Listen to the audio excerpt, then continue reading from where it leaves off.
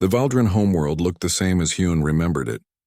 The blue oceans, the green continents, the orbital stations that had taken generations to build. Everything familiar. Everything unchanged. Except it wasn't unchanged. Human ships orbited peacefully among the Valdrin vessels. Human technology hummed in the background of every transmission. Human presence had woven itself into his world so quickly and completely that it felt like it had always been there. The shuttle descended through the atmosphere toward the capital city. Hyun watched through the window as they passed over cities where his people lived, worked, and made decisions about their future. But were they still making their own decisions? Or had humanity already made those decisions for them without anyone noticing? Ambassador Jiwon sat across from him in the shuttle, as she had for the entire journey home. She had been quiet most of the trip, giving him space to think. Now she spoke softly. "You're angry, wouldn't you be?" Hyun replied. "Your people manipulated this entire situation. We calculated probabilities and planned accordingly," Jiwon said. "That's not manipulation. That's just good strategy. We knew you would return to Earth eventually. We knew you'd be shocked by what you found. We knew you'd contact your government, so we made sure your government had accurate information to work with. Is that really so terrible? You didn't give us a choice." "We gave you every choice," Jiwon corrected. "We offered alliance. We didn't demand it. If your people say no, we'll leave. You'll never see us again unless you contact us. That's a real choice, Commander. The fact that one option is more appealing than the other doesn't mean the choice isn't genuine." The shuttle landed at the government complex. A crowd had gathered to see the human ambassador and the Valdrin crew who had witnessed the impossible. Hyun saw fear in their faces, but also curiosity, wonder, hope, the same emotions he had felt when he first saw what humanity had built. The Valdrin Council waited in the great chamber, 15 elders each representing a different region of Valdrin space. They sat in their traditional circle, but Hyun noticed new technology integrated into their workspace. Human holographic displays, human translation devices, human medical monitors on each elder's wrist. High Elder Soren spoke first. "Commander Hyun, welcome home. We have much to discuss." "Yes, we do," Hyun said. He stood in the center of the circle, feeling small. "I've seen what humanity has built. I've spoken with species who joined their alliance. I need to tell you what I've learned." "We've heard the human presentation," Elder Vora said. "They've been very thorough, very persuasive. But we want your assessment. Your honest opinion. Should we accept their offer?" Hyun took a breath. Every eye in the chamber focused on him. This moment would shape the future of his entire species. "I've spent the past week trying to find a flaw in humanity's approach," he began. "Some hidden exploitation, some trap we could avoid. I found nothing. They've been honest about everything. They don't conquer. They don't enslave. They don't destroy. They simply exist at a level of advancement that makes everyone else look primitive by comparison." "Then you recommend we join them?" Elder Keth asked. "I recommend we face reality," Hyun said. "The galaxy has changed. Humanity has been the dominant force for longer than our entire civilization has existed. We can't compete with them. We can't ignore them. We can only choose how we respond to their existence." "Some species chose independence," Elder Soren noted. 3 species, Hyun replied. "Out of hundreds. And they're isolating themselves more each year. Their young people leave to find opportunities in alliance space. Their economies shrink. Their influence fades. In 1,000 years, they'll be footnotes in history while the alliance expands to other galaxies." Dr. Mira stepped forward. She had been examining data throughout the journey. "I've analyzed humanity's biological and technological development. They modified themselves intentionally, aggressively, constantly. They took control of their own evolution in ways that should have been impossible. Every challenge that would have destroyed another species made them stronger." "What makes them so different?" Elder Vora asked. "Stubbornness," Mira said simply. "Humanity faced extinction dozens of times. Most species would have accepted fate. Humans refused. They fought, adapted, and survived through sheer determination. That trait, multiplied by 500,000 years of advancement, created what we see now. They're not naturally superior. They made themselves superior through choice and effort." Captain Day added his perspective. "I've studied their military capabilities. They have weapons that could destroy planets in seconds, shield technology that could protect entire star systems, ships that move through space like nothing I've ever seen. But in 200,000 years of galactic dominance, they've never used these weapons in conquest. That restraint is perhaps more impressive than the power itself. Ambassador Jiwan had been standing quietly in the corner. Now she spoke. May I address the council? Elder Soren gestured permission. Jiwan stepped forward. I want to be completely honest with you, she said. If you refuse our offer, we will respect that decision. We'll leave your space and not return. But I also want you to understand what that choice means. Without Alliance membership, you'll continue advancing at your current pace. In 1,000 years, you might colonize 100 systems. In 10,000 years, maybe 1,000. Those are good achievements.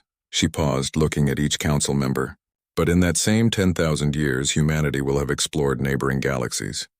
We'll have contacted millions of new species. We'll have advanced in ways that make our current technology look primitive. The gap between us will grow wider every year. Eventually, from our perspective, you'll be indistinguishable from the other pre-spaceflight species we monitor. You'll still exist, but you'll be irrelevant to the larger story of galactic development. Is that a threat? Elder Keth asked sharply. It's a prediction, Jiwan replied calmly, based on observation of civilizational development rates. You asked for honesty. This is honest. Alliance membership offers you access to our technology, our knowledge, our future. You'll advance with us instead of falling behind. But you'll do it as junior partners, not equals. That's the trade. Relevance for pride. The chamber fell silent. Hyun watched the elders exchange glances, saw the weight of the decision pressing on them. Finally, High Elder Soren spoke. We need time to deliberate. Ambassador, would you excuse us? Of course, Jiwan bowed slightly and left the chamber. The debate lasted for hours. Some elders argued for independence, for maintaining Valdran sovereignty no matter the cost. Others argued for pragmatism, for accepting reality and making the best deal possible. Hyun listened to all of it, knowing that no choice was good, only different shades of difficult. Finally, they voted. 12-3 in favor of accepting Alliance membership. High Elder Soren looked exhausted. Commander Hyun, please bring Ambassador Jiwan back. We have our answer. Hyun found her waiting in the garden outside the chamber. She was examining a Valdran flower, touching it gently. This is beautiful, she said. Every species has something unique to contribute. That's why we want you in the Alliance. Not to dominate you, but to learn from you. The Council has decided to accept your offer, Hyun said. Jiwan smiled. I'm glad, truly. I think we'll work well together. Your people have qualities humanity respects. Caution, thoroughness, careful planning. We can learn from those traits. But we'll always be the junior partners, Hyun said. For now, Jiwan replied. But the galaxy is vast and the future is long. Who knows what any species might achieve given enough time? Humanity reached our position through persistence and refusal to accept limits. Maybe that's something we can all learn from each other. They walked back to the chamber together. The formalities took hours. Treaties were signed. Technology transfers were arranged. Integration timelines were established. Through it all, Hyun felt the weight of history pressing down. This was the moment the Valdran stopped being independent and became part of something larger. That night, Hyun stood on his balcony, looking up at the stars. A human ship passed overhead, its lights bright against the darkness. Dr. Mira joined him, carrying 2 drinks. How are you feeling? She asked. Conflicted, Hyun admitted. We made the right choice. The practical choice. But it doesn't feel good. No, Mira agreed. Survival rarely feels good. It just feels necessary. She paused. I've been thinking about what makes humanity so successful. I think I finally understand it. What's that? They never wait for permission. Not from the universe, not from nature, not from fate. They see something they want and they take it. They face something that threatens them and they destroy it or adapt to it. They encounter a limit and they break through it. Most species accept the universe as it is. Humans insist the universe become what they need it to be. That's terrifying, Hyun said. Yes, Mira replied, but also inspiring. We spent our existence accepting limits, moving slowly, being careful. Maybe we could learn something from their approach. Maybe being part of their civilization will teach us to be more than we thought possible. Or maybe it will erase what makes us unique, Hyun said. Maybe, Mira acknowledged, but at least we'll still exist to find out. The species that refuse don't even have that option anymore. Unity Station made the Welcome Station look small. It stretched across space like a city, with different sections designed in architectural styles from dozens of different species. Ships came and went constantly, each one unique, each one representing a different civilization. But Hyun noticed that every ship used the same engine technology, the same docking protocols, the same energy signatures. Human technology, all of it. Representative Kyungmi met them at the docking bay. She was tall and carried herself with quiet authority. "Welcome to Unity Station," she said. "This is the diplomatic heart of the Galactic Alliance. 600 species have representatives here. You'll meet a few of them today." 600 species? Mira whispered. "We thought there were only a handful of spacefaring civilizations." "There are," Kyungmi said as she led them through corridors filled with beings of every imaginable shape and size. "Most of the species here never developed spaceflight on their own. We found them, offered assistance, and brought them into the Alliance. The others, the ones who reached space independently, have a different story. They entered a large conference room. A dozen beings sat around a table that automatically adjusted to accommodate each species' physical needs. Hyun recognized some of them from Valdrin records. The Korthan, who had achieved spaceflight 10,000 years ago. The Velnari, masters of plasma technology. The Greshk, who had colonized 5 systems before humanity left Earth. All of them looked diminished somehow, tired, resigned. A Korthan elder spoke first, his translator device rendering his words in Valdrin. "Welcome, newcomers.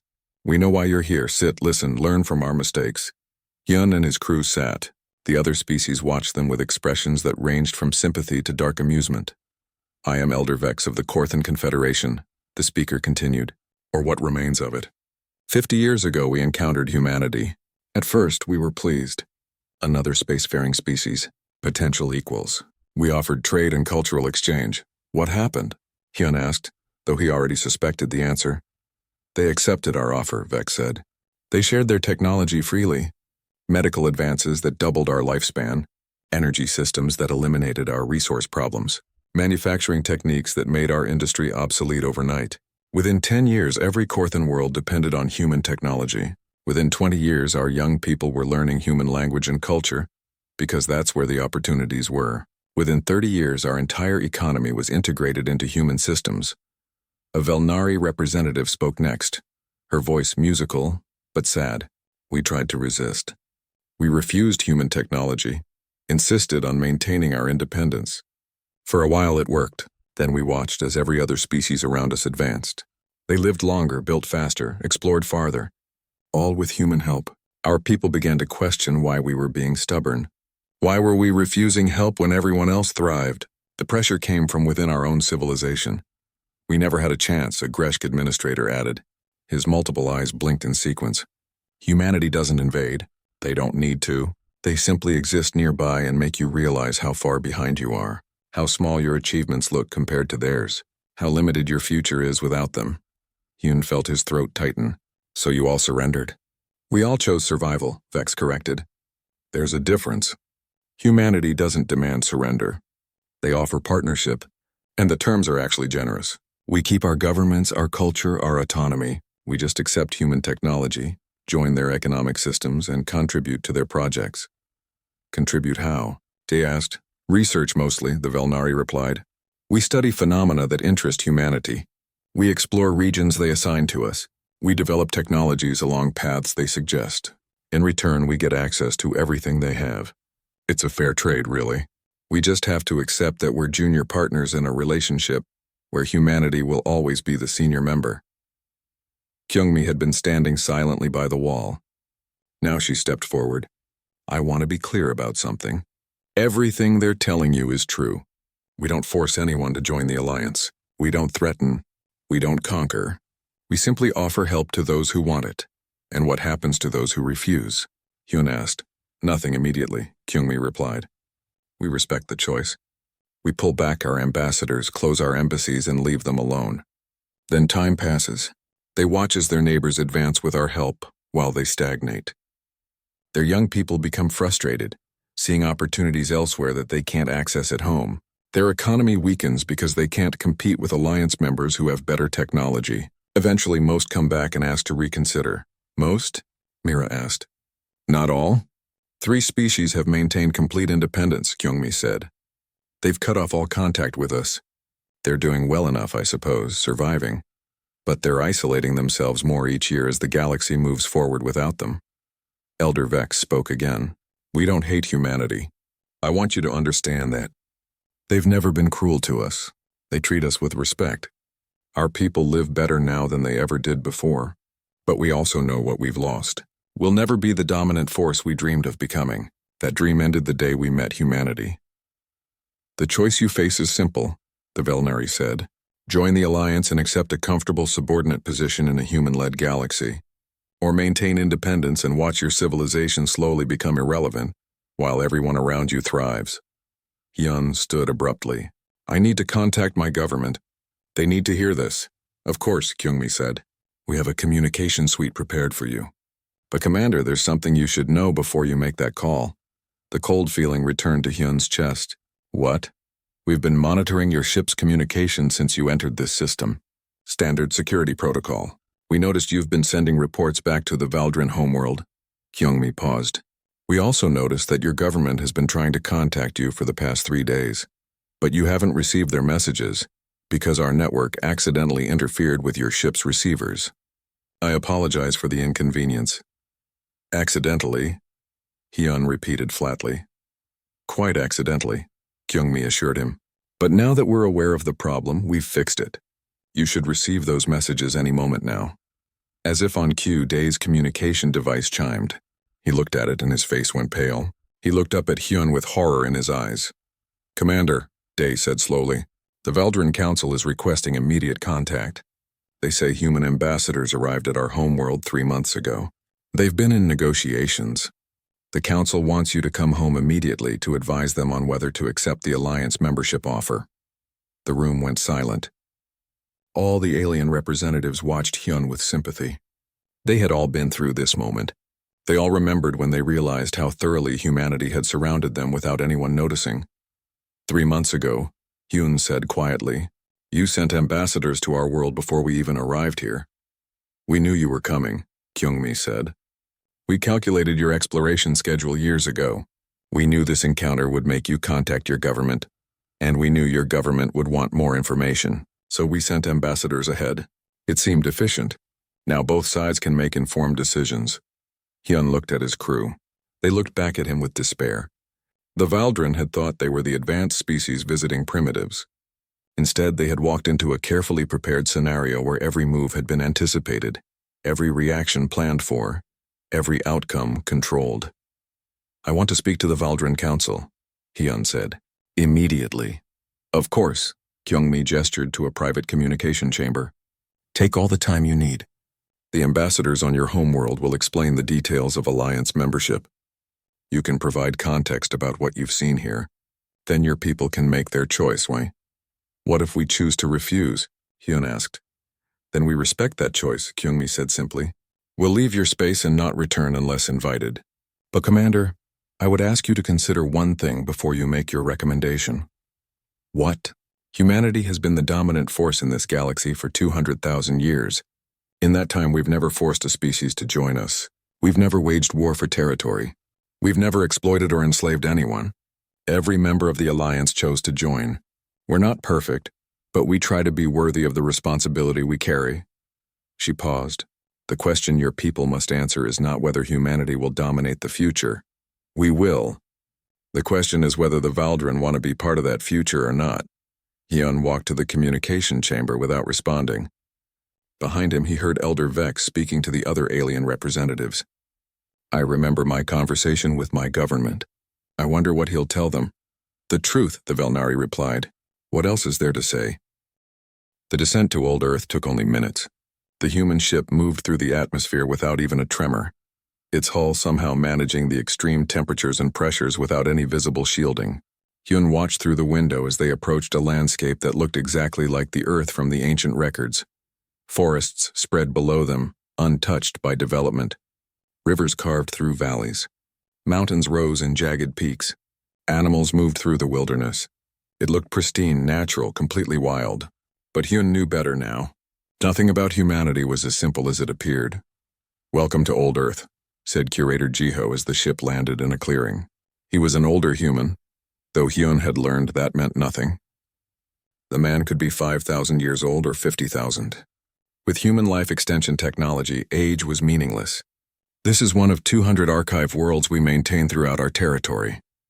Archive worlds? Mira asked as they stepped out of the ship. The air smelled of pine and earth. Birds sang in the trees. Everything looked completely real. Living museums, Jiho explained. We preserve different eras of Earth's history on different planets. This one shows Earth exactly as it was 500,000 years ago. We've recreated the ecosystems, the climate, even the exact positions of the continents. Everything here is authentic, down to the molecular level. They walked along a path that seemed natural but was clearly maintained. Hyun noticed small devices hidden in the trees, monitoring everything. Why preserve the past like this? He asked.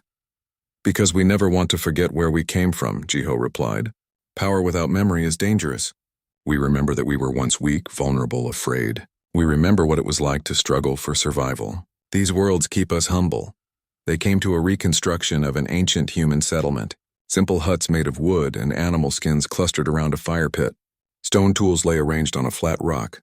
Everything was exactly as the Valdrin records had described. Hyun felt a strange sensation looking at it. These primitives had been harmless. Now their descendants dominated the galaxy. Another human waited for them at the settlement.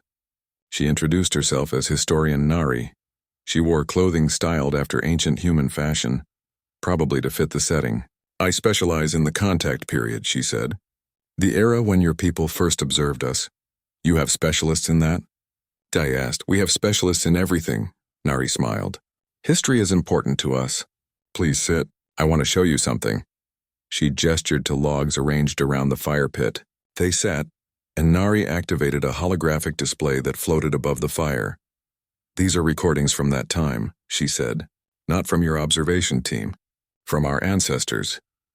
The hologram showed primitive humans, the same ones the Valdrin had observed. But now the view was from their perspective. They pointed at the sky, talking in their simple language. The hologram included a translation. The Sky Watchers are back, one human said to another. The lights that move wrong. The spirits who judge us. Your team thought they were being careful, Nari said quietly. But our ancestors saw your ship. They didn't understand what it was, but they knew something was watching them. That knowledge changed us. It gave us certainty that we were not alone. It made us aware that we were being evaluated. The hologram shifted, showing how the story spread through human tribes. How it became myth, then religion, then philosophy. How it inspired humans to look up at the stars and wonder. How it drove them to improve, to advance, to prove themselves. Your visit was the catalyst, Nari continued. Not the only factor in our development, but an important one. We wanted to be worthy of meeting the Sky Watchers again. We wanted to look you in the eye as equals. That dream drove us forward through countless generations. Hyun felt a weight settling on him. We never intended to interfere with your development. We were just observing. We know, Nari said. But observation is itself a form of interaction. You can't watch someone without changing them, especially if they know they're being watched. We don't blame you. We're grateful. Without that spark, who knows what we might have become. Mira had been quiet, but now she spoke. You said you've cataloged 3,000 alien species. How many achieved spaceflight? Nari's expression grew serious. 43 species reached space before we did. 7 achieved faster than light travel. 3 built multi-system civilizations. 3. Hyun sat up straighter. The Valdrin know of only a handful of spacefaring species in this region of the galaxy. Where are these other civilizations? They still exist, Nari said. They're our neighbors now. Our partners. Would you like to meet them? Yes, Hyun said immediately. Jiho stepped forward. Then we should take you to Unity Station. But first I want to show you one more thing. Follow me. They walked deeper into the forest until they reached a clearing with a large stone monument. On it were carved names in hundreds of different languages, including Valdrin. What is this? Hyun asked. A memorial, Jiho said softly. To all the species we found who didn't survive. Out of those 3,000 species we cataloged, only 800 are still alive. The rest are extinct. Most died from natural causes like asteroid impacts or climate change. Some destroyed themselves through war or environmental collapse. A few were wiped out by disease or cosmic disasters. Mira moved closer to the monument, reading names of species she had never heard of. 800 still alive and 3,000 dead? The universe is dangerous, Jiho said. Survival is not guaranteed. We learned that lesson many times. That's why we spread so quickly, why we back up our knowledge in so many places, why we refuse to depend on any single world or system. We've seen too many species vanish because they put all their population in one place when disaster struck. And the spacefaring species? Hyun asked. What happened to them? They encountered us, Jiho said simply. Come. It's time you understood humanity's place in the galaxy and what that means for the Valdren. They returned to the ship. As they lifted off, Hyun looked down at the preserved Earth below. It looked so peaceful, so innocent. But he knew now that this peace was an illusion. Humanity had not conquered the galaxy through peace. They had done it through relentless determination, through refusing to accept any limits, through adapting and improving until nothing could stop them. Ambassador Jiwon mentioned partners and neighbors, Hyun said as they rose through the atmosphere. But I'm beginning to think those are just polite words for something else. Jiho met his eyes. His friendly expression had faded, replaced by something harder. You're perceptive, Commander. Yes, they are polite words, but not for conquest. Humanity doesn't conquer. We don't need to. We simply become indispensable. Every species that encounters us faces the same choice. Join us as partners and thrive, or remain independent and fall behind. Fall behind, Hyun repeated. You mean become irrelevant? I mean become obsolete, Jiho corrected. We don't harm anyone. We don't threaten anyone. We simply offer our help, our technology, our protection. And once a species accepts, they find they can't imagine living without us. We become part of their infrastructure, their economy, their future, not through force, through being better at everything than anyone else. Hyun looked at his crew. They looked back at him with fear in their eyes. They all understood now. Humanity didn't need weapons to dominate. They had something far more powerful, the ability to make themselves necessary. Take us to Unity Station, Hyun said quietly. I need to see these partners of yours. I need to see what happens to species that meet humanity. Of course, Jiho replied. His pleasant smile had returned. They're eager to meet you. They have advice to share about choices and consequences and what it means to survive in a galaxy where humanity exists. The welcome station floated in Earth's orbit like a small moon. It was enormous, easily 50 times larger than the biggest Valdren space station. Lights glowed from thousands of windows. Ships of various designs came and went in perfect coordination. Hyun watched through the transport shuttle's window as they approached a docking bay that opened smoothly to receive them. This structure shouldn't be possible, Mira muttered beside him. She had not stopped taking readings since they left their ship. The materials alone would require mining several planets. The energy to build something this size, to keep it in stable orbit, it's beyond our mathematics. Ambassador Jiwon sat across from them in the shuttle, still smiling that gentle smile. It was one of our earlier projects, she said. We built it about 300,000 years ago. It's considered quite outdated now, but we maintain it for historical purposes and diplomatic meetings. It seemed appropriate for your visit. 300,000 years ago, Hyun thought, when his people were still struggling with basic spaceflight, when the Valdren had just begun to colonize their second planet. These humans had built this impossible structure and called it outdated. The shuttle docked with barely a tremor. The door opened to reveal a corridor that adjusted its lighting automatically to match Valdren eye comfort. The temperature felt exactly right. Even the air smelled faintly of the flowers that grew on the Valdren homeworld. Every detail had been prepared. A young human male waited for them in the corridor. He wore simple clothing and had an easy, relaxed posture. Welcome, he said in Valdren language. I'm Engineer Taeyang. I'll be giving you a basic tour of the station. Please ask any questions. We have nothing to hide. Basic tour, Hyun noted, as if there were advanced tours they weren't ready to see yet. They walked through corridors that seemed to reshape themselves as they moved. Walls became transparent to show different sections of the station. Taeyang explained each area with casual ease.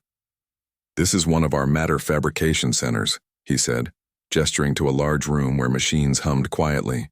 We manipulate matter at the atomic level. Anything we need we can create. Food, tools, building materials, medical supplies.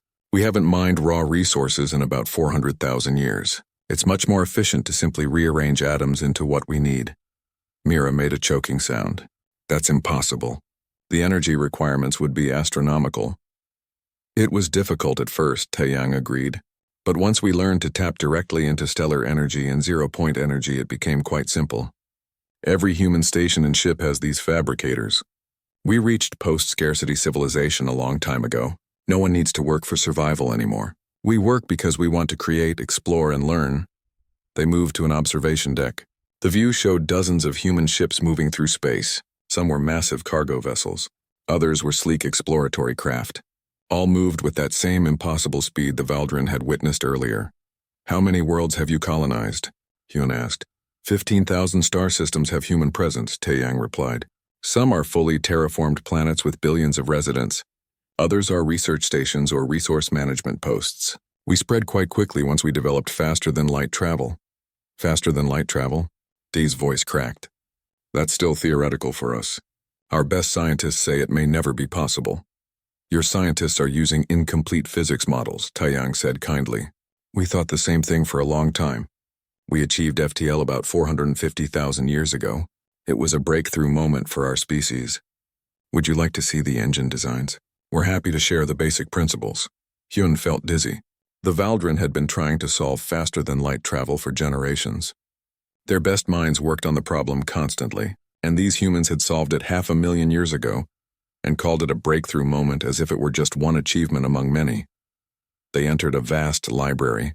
Holographic displays floated in the air, showing information in formats that adjusted automatically to whatever language the viewer needed. A human woman worked at one of the consoles. She looked up and smiled. This is scientist Bora, Taeyang introduced. She specializes in human historical development. I thought she could answer some of your questions. Bora gestured to chairs that formed from the floor, perfectly shaped for Valdrin anatomy. Please sit. I imagine you're wondering how we advanced so quickly. It violates every model of species development we have, Mira said bluntly. This kind of progress should take tens of millions of years. For most species, yes, Bora agreed. She pulled up a holographic display showing Earth's history. But humans are unusual. We nearly went extinct 47 times in our development. Climate changes, asteroids, supervolcanoes, disease, war, ecological collapse. We should have died out many times over. But you survived, Hyun said. We survived because we refused to accept extinction, Bora replied. Her voice carried a note of pride. Every time we faced destruction, we adapted. We learned. We changed ourselves and our environment.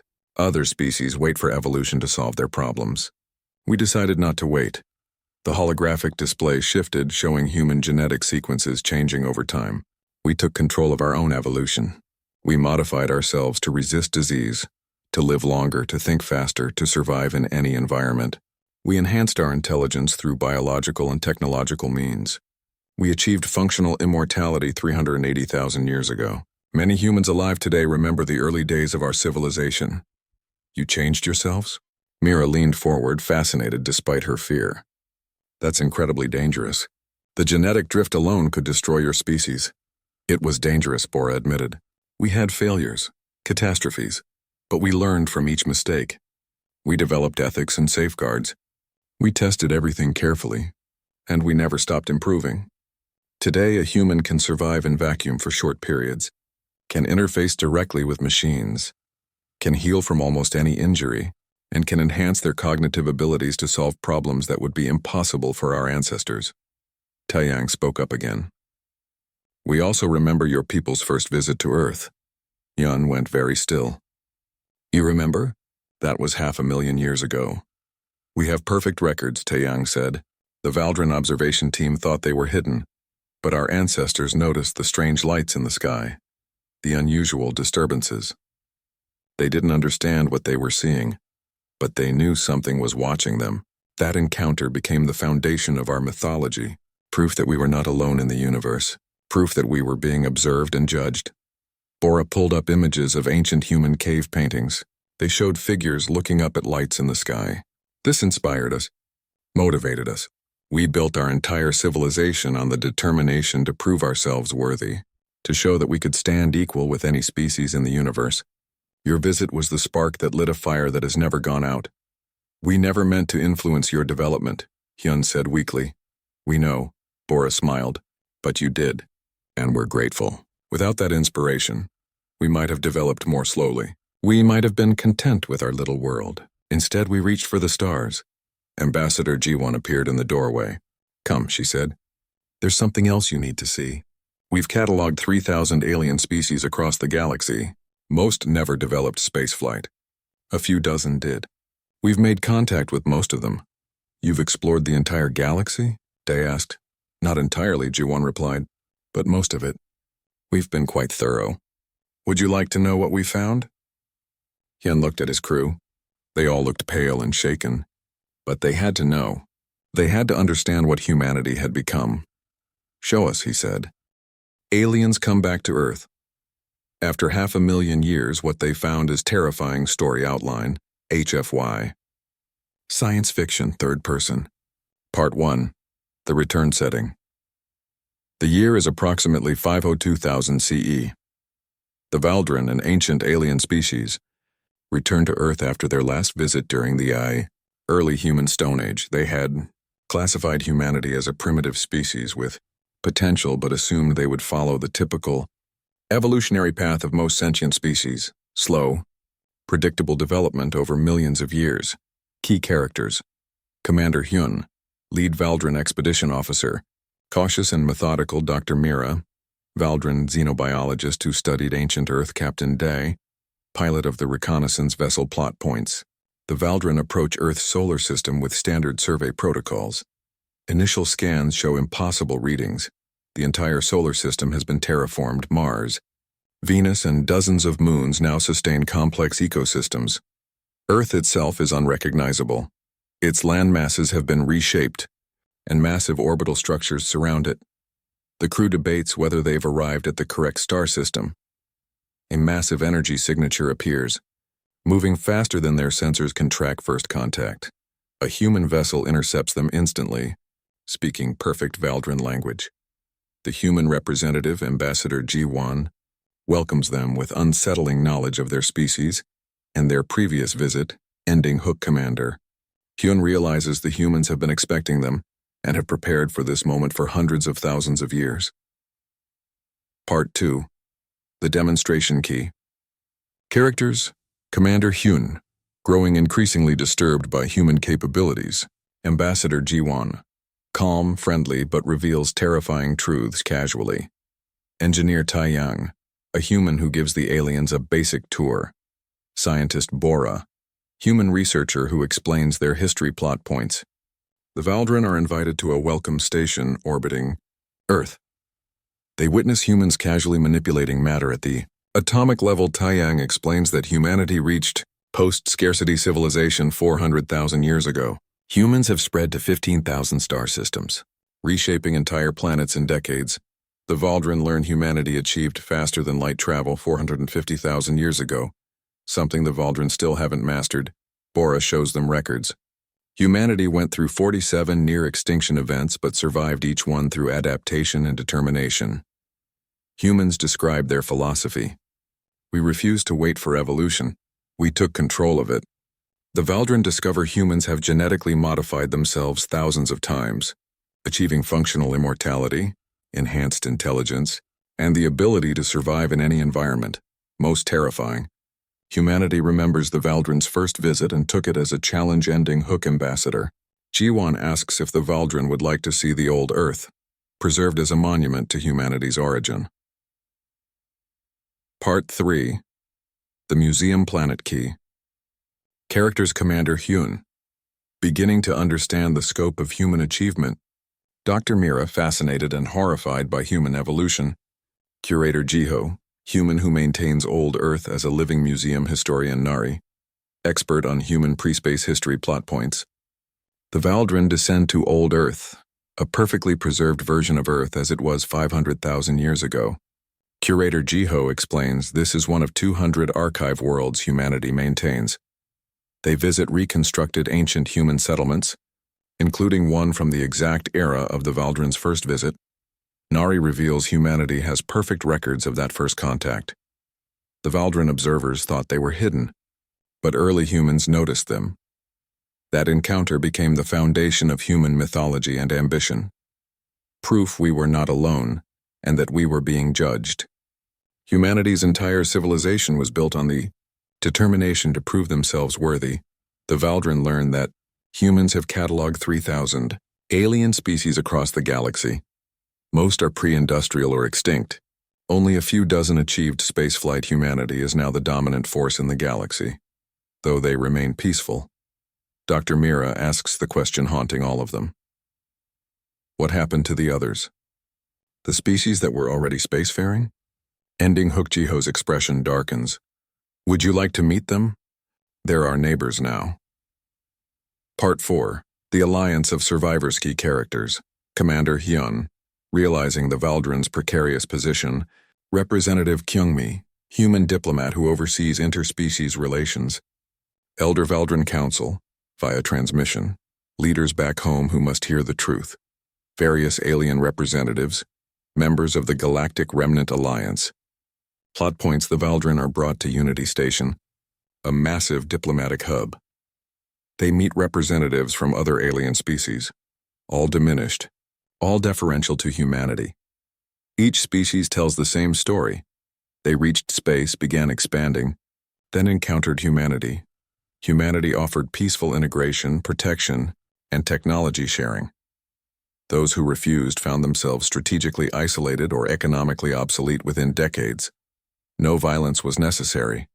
Humanity simply outpaced, outthought, and outmaneuvered everyone. Representative Kyungmi explains humanity's philosophy. We learned from our own history. Domination through force creates resentment. Domination through indispensability creates gratitude. The Valdrin discover humanity provides power generation, medical technology, and resources to 600 alien civilizations. These species are now dependent on human infrastructure. Commander Hyun contacts the Valdrin homeworld, recommending immediate diplomatic submission. The Elder Council is outraged, demanding he return to explain himself. Kyungmi gently suggests the Valdrin might want to reconsider. We've been monitoring your communications. We've already sent ambassadors to your homeworld. They arrived 3 months ago. Ending Hook, the Valdrin realize that humanity has already surrounded their entire civilization, and they never noticed. Part 5. The Choice Key Characters. Commander Hyun must make a decision for his species. Dr. Mira provides the scientific perspective on humanity's nature. Ambassador Jiwon returns to offer humanity's final proposition. Elder Valdrin Council must decide their species' future. Plot points. Commander Hyun returns home to find his world already transformed. Human technology has been gifted to the Valdrin. Medicine that extends lifespan, energy systems that eliminate scarcity. The population is divided. Many embrace the improvements, others fear cultural erasure. The Elder Council debates. Join willingly or resist. Dr. Mira presents her findings. Humanity's success comes from their unique evolutionary trait, aggressive adaptability combined with social cooperation. Where other species specialized, humanity generalized and then transcended. Ambassador Jiwon arrives with humanity's formal offer. Full partnership in the Galactic Alliance, preservation of Valdrin culture and autonomy, access to all human technology. The price. Acknowledge humanity's leadership and contribute to their projects. Commander Hyun asks the question everyone fears. What if we refuse? Jiwon's response is chilling in its honesty.